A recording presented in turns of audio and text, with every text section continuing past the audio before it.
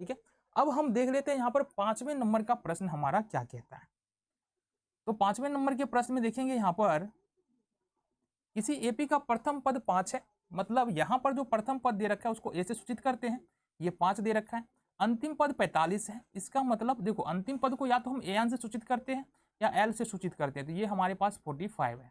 ठीक है जी, और योग 400 है, मतलब एस एन बराबर यहाँ पर 400 हमारे पास दिया हुआ है। पदों की संख्या और सार्वांतर हमको निकालना है। दो बातें यहाँ पर चाहिए हमको, एक तो पदों टोटल कितने पद है, साथ ही साथ सार्वांतर भी हमको निकालने। ठीक है, तो यहां से देखेंगे एपी के यहाँ पर दो बातें दी हुई है। एक तो दिया हुआ है एपी का तुम्हारा जो है ना ए एन और एल यानी कि अंतिम पद दिया है, साथ ही साथ एस एन दिया है यहाँ पर कितना 400। अब हम देखते हैं एपी के एन पदों का योग, एपी के एन पदों का योग ये लिखते हैं तो क्या लिखते हैं, ये लिखने का मतलब एस एन बराबर हो जाएगा एन बटे 2 इंटू ए प्लस में एल, ये लिखते हैं हम लोग ये फॉर्मूला। अगर हमको एपी का अंतिम पद पता है तो ये वाला फॉर्मूला लगाते हैं, अदरवाइज एपी का एस एन बराबर लगाते हैं एन बटे 2 into 2 A plus N minus 1 into D, वो वाला फॉर्मूला लगाएंगे।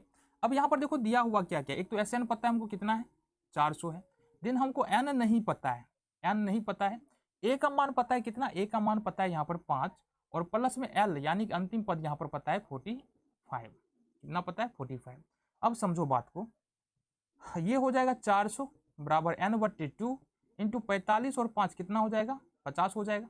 इसको काटेंगे 25 गुना 50, तो हमारे पास क्या निकल के आ रहा है 25 एन बराबर 400। अब अगर एन बराबर लिखते हैं तो क्या होगा 400 और बट्टे में 25, ये 16 बार में कट जाएगा, तो यहाँ से नंबर ऑफ टर्म हमारे पास कितना निकल के आ रहा है, नंबर ऑफ टर्म निकल के आ रहा है 16, यानी कि इस एपी में कुल कितने पद है 16 पद है। दूसरी बात बोला जा रहा है कि हमको यहाँ पर जो है ना क्या निकालना है, पदों की संख्या और सार्वांतर निकालना है। तो आज सार्वांतर निकालते हैं हम, दिया क्या है, दिया क्या है देखो ए बराबर यहाँ पर 5, ए एन बराबर 45, तो ये ए एन को लेकर के हमको चलना है। अगर देखो एपी के एन पदों के योग को देखे, एपी के एन पदों का योग इसको कैसे दर्शाते हैं हम लोग, दर्शाते हैं ए एन बराबर A plus N minus 1 into D, इससे तो दर्शाते हैं। ठीक है जी, देन हमारे पास अब क्या क्या निकल के आ गया, देखो ए एन हमको पता है कितना है 45, ए का मान पता है कितना है 5, एन का मान पता है यहाँ से देखो कितना है 16, तो 16 माइनस 1 और डी का मान हमको नहीं पता है। देखो गौर से, इस 5 को इधर लेके आएंगे, ठीक है जी, ये होगा 45 माइनस 5 बराबर 16 में से घटाएंगे 15 और डी, तो 15 डी बराबर हमारे पास बच जाता है 40, डी बराबर देखेंगे तो 40 बट्टे 15। अब इसको थोड़ा सा सिंपलेस्ट फॉर्म में कर लेते हैं, 3 पच्चे 15, 8 पंचे 40, तो यहाँ से डी का जो वैल्यू निकल के आ रहा है तुमको 8/3।